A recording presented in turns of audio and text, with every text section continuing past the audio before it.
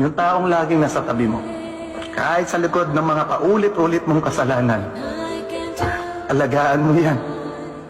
Nanalo ka na. Yung naiirita ka, dahil putak siya ng putak, paulit-ulit. Abiso yan, hindi yan problema. Ang problema dito, yung pagiging kampante mo, na akala mo lahat nasa ayon. Nagiging bulag, pipibingikat sa mga sinasabi niya. Maniwala ka. Ikaw yung magiging problema. Dahil ikaw yung magiging nason sa relasyon. Yung sa tingin mo konting paliwanag lang kinabukasan, tahimik siya, wala siya sinasabi, okay na kayo.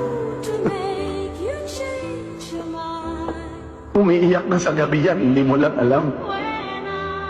Tinuturuan niya lang sarili niya na tibayan para huwag kang iwanan. Pero huwag mong hintayin na ikaw mismo ang magtuturo sa kanya o paano ka bitawan.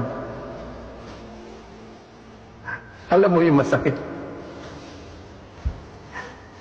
Yung ikaw mismo magbubukas ng pintuan para makapasok ang ibang tao na magpupuno ng mga pagkukulang mo.